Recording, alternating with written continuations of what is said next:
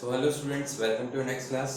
As we know, हमने chapter number 5 start कर दिया था और चैप्टर नंबर 5 में हमने एन से ए एन निकालना और ए एन से एन निकालना सीख लिया था। अब वहाँ पे प्रॉब्लम ये थी कि आप पहचाने कैसे। कई बार बच्चे कंफ्यूज होते थे कि एन निकालना है कि ए एन निकालना है, तो मैंने उसका शॉर्टकट बता दिया था कि बच्चों जहाँ पे भी लिखा हुआ है हाउ मैनी, विच, वॉट या फिर क्वेश्चन मार्क लगा हुआ है तो आप पहचान जाते हैं कि हमारे को यहाँ पर एन निकालना है। तो यहाँ पर एक क्वेश्चन है, find the number of terms of the following AP. ठीक है, नंबर ऑफ टर्म्स निकालनी है यहाँ पर। ठीक है, तो फिफ्थ का सेकंड है 18, 15 and half, 13, 15 and half, 13 up to -47। ठीक है, अब ये जो है आपको साफ साफ लिखा हुआ है क्वेश्चन है, find the number of terms. Number of terms किसे बोलते हैं अपन? एन को। तो यहाँ पर वो क्वेश्चन मार्क लगाए कि नहीं लगाए, व्हाट, विच, हाउ मैनी पूछे या ना पूछे, आपको पता है यहाँ पर आपको एन ही निकालना है यूजिंग योर ए एन। तो यहाँ पर कैसे निकालेंगे देखिए, ए आपका है 18, डी कितना होगा 15 एंड हाफ का मतलब 15.5 माइनस 18, 18 में से 15.5 घटाना है आपको। तो देखिए बड़ा ही क्लेवर सा क्वेश्चन है। आपका बचेगा 2.5 माइनस का, क्योंकि माइनस वाली वैल्यू बड़ी है। ठीक है, 2.5, इसको आप 5/2 भी ले सकते हैं, फिर 2.5 ले, मतलब जो भी ले, ये आपकी चॉइस है।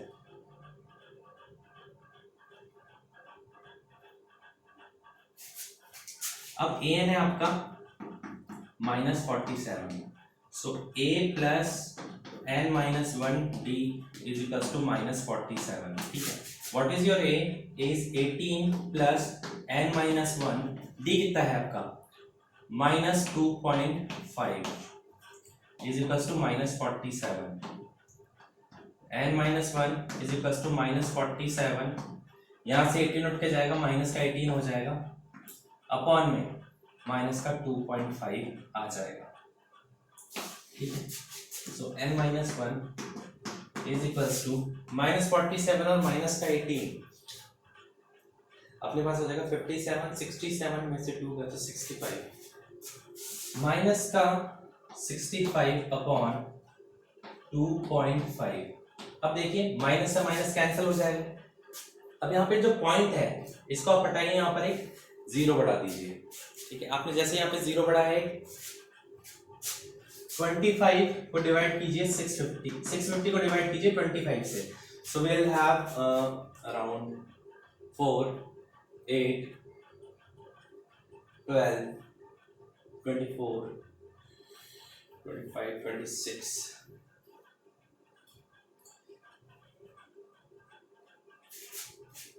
26, so n is equals to 27। ठीक है, बहुत प्यारा क्वेश्चन है। ठीक है, आप इसको और मेथड से भी कर सकते हैं, मैं आपको थोड़ा इसके लिए जूम कर देता हूँ आपके लिए। ठीक है, तो आपको थोड़ा और क्लियर हो जाएगा ये। तो ये आपका क्वेश्चन है। ठीक है, यहाँ पर बिना क्वेश्चन मार्क के भी आपको पता चला कि ए एन से एन निकालना था। ठीक है, और यहाँ पर पॉइंट वाला केस भी अपने कर लिया। नेक्स्ट सवाल पे चले, तो नेक्स्ट सवाल है अपना question number 6, check whether -150 is term of the AP, -50 is the term of the AP 11, 8, 5, 2। यहाँ पे हमें ये चेक करके बताना है कि ये जो टर्म है ये इस एपी में आ रही है कि नहीं आ रही। तो बेटा यहाँ पर भी आपको क्या निकालना है? एन निकालना है। ए एन गिवन है, ए गिवन है आपको 11, डी गिवन है 8 minus 11 that is -3, A N given है आपको माइनस का 150। अब आपको पता है ये बात, इसमें भी आपको एन की वैल्यू निकालनी है। बोलोगे सर यहाँ पर तो कुछ ऐसा विच वॉट गिवन नहीं है, तो आपको मैं और तरीका बता देता हूँ। एक तरीका ये है कि टी एच जहाँ पे देखो ना, टी एच का मतलब है आपको एन की वैल्यू गिवन है और ए एन निकालना है। उसके अलावा जितने भी क्वेश्चंस है ना ज्यादातर में आपको n की वैल्यू ही फाइंड करनी रहती है। n 90% तो नहीं, 80% क्वेश्चंस में आपको n की वैल्यू ही फाइंड करनी होती है। तो इसमें रखते हैं अपन बेटा a plus n minus 1t is equal to minus का 150, 11 plus n minus 1 into minus 3 is equal to minus का 150। So n minus 1 is equal to minus का 150 अपनी जगह पर है, यहाँ से माइनस का 11 जाएगा और यहाँ से नीचे आ जाएगा माइनस का 3। n माइनस 1 अपनी जगह पर है, माइनस का 150 और माइनस का 11 हो जाएगा माइनस का 161 अपॉन माइनस का 3। जब अपन इसको कट करेंगे तो ये हो जाएगा 3 5 जा 15, 3 3 जा 9.6। तो n की वैल्यू जाएगी 53.6 है ना, प्लस 1 कर दो 54.6 हो जाएगी। ठीक है, तो हमें पता करना था ये नंबर इस एपी में आ रहा है कि नहीं आ रहा। ठीक है, तो हम लिखेंगे सिंस, क्योंकि value of n is not natural number, therefore it is not term of the AP। ठीक है बच्चों, बहुत ही सिंपल सा सवाल है। सपोज अपने पास है 2 5 8 11 और चल रहे अपन आगे। मान लो यहाँ पर 11 के बाद क्या आएगा, 11 का 14 आएगा। तो हमसे कोई पूछता है आप बताइए इसकी 13 इसकी टर्म है कि नहीं है, तो हमको पता है सबको 13 इसकी टर्म नहीं है, लेकिन जब बहुत ही बड़ा नंबर पूछा जाता है तो हमें उसको निकाल के दिखाना पड़ता है। ठीक है, n की वैल्यू कितनी, अगर पॉइंट में आ जाती है तो आंसर आपका, पॉइंट में आ जाती है तो आपका आंसर नो में होगा, अगर पॉइंट में नहीं आती तो आपका आंसर यस में होगा। ठीक है, आगे चलते हैं। इसके बाद है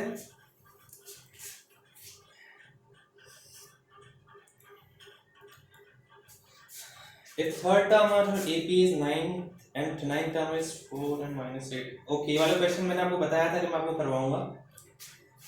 ये क्वेश्चंस कर लेते हैं एक बार।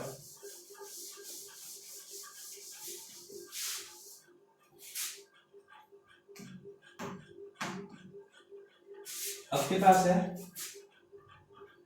क्वेश्चन नंबर 9 करते हैं बेटा। ठीक है, क्वेश्चन नंबर 9 में देखिए क्या है बच्चों, हमें बोला गया है कि एक एपी में थर्ड टर्म है 4 और नाइन्थ टर्म है -8। थर्ड टर्म है 4 और नाइन्थ टर्म है -8। पहले तो आप ये जान लीजिए इस टाइप के क्वेश्चन बहुत अलग होते हैं। हर टाइप के क्वेश्चन में आपको ए और डी की वैल्यू गिवन होती है। अगर ए और डी की वैल्यू गिवन नहीं होती तो आपको कहीं ना कहीं आपको ए भी गिवन होती है, जिससे आप ए और डी की वैल्यू निकाल लेते हैं। लेकिन इस वाले क्वेश्चन में ना तो आपको ए की वैल्यू गिवन है ना डी की वैल्यू गिवन है। यहाँ पे गिवन है तो क्या गिवन है कि इसकी तो थर्ड टर्म और इसकी नाइन्थ टर्म। तो इससे कैसे निकालेंगे भैया हम भी, बहुत सिंपल सा तरीका है। ए 3 को हम लिख सकते हैं a + 2d और इसकी वैल्यू कितनी है 4। ये हमारी फर्स्ट इक्वेशन आ जाएगी। यहाँ पर कितना है 9, तो हम लिखेंगे a प्लस 9 से छोटा क्या होता है 8d इज इक्वल्स टू -8। ये सेकंड इक्वेशन हो जाएगी।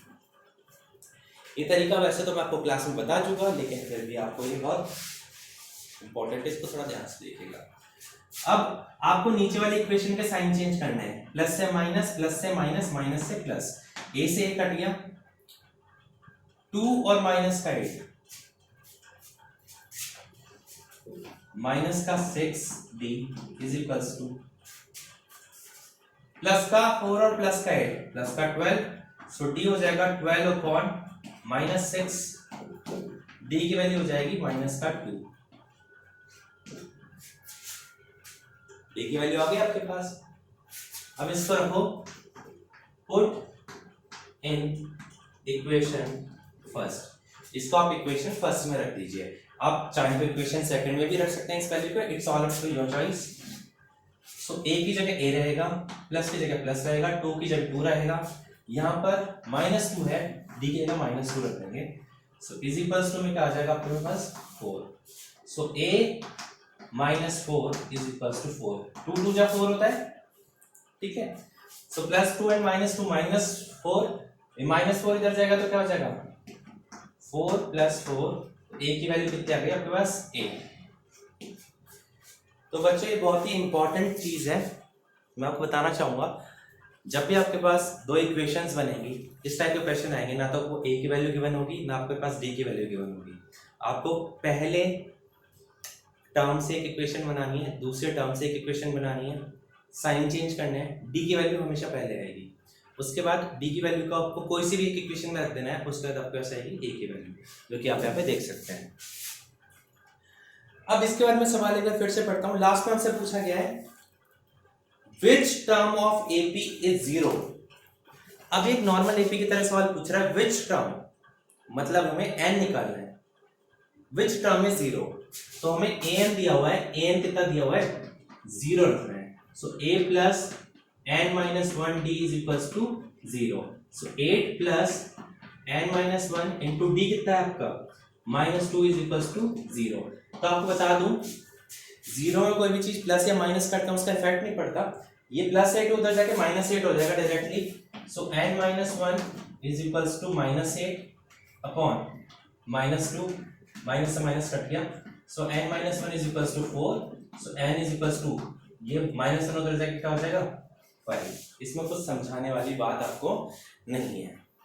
आप यहाँ पे एक लाइन लिख देंगे फिर ऐसे, फिफ्थ टर्म इज 0। ठीक है बच्चों, तो ये बहुत ही इंपॉर्टेंट सवाल है। तो आपको क्या करना है इसमें, क्वेश्चन नंबर जितने मैंने करवाए हैं ये तो करने ही करने हैं, उसके अलावा आप करिएगा फिफ्थ का फर्स्ट पार्ट, मैं इसको रब कर देता हूं, देख लीजिए। क्वेश्चन नंबर फिफ्थ का first part,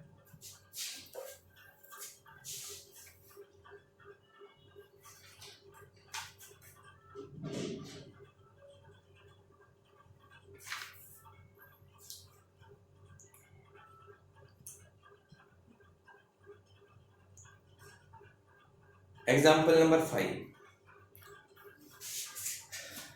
example number 5। So this is all for today. इसी के साथ आज आपकी क्लास खत्म होती है।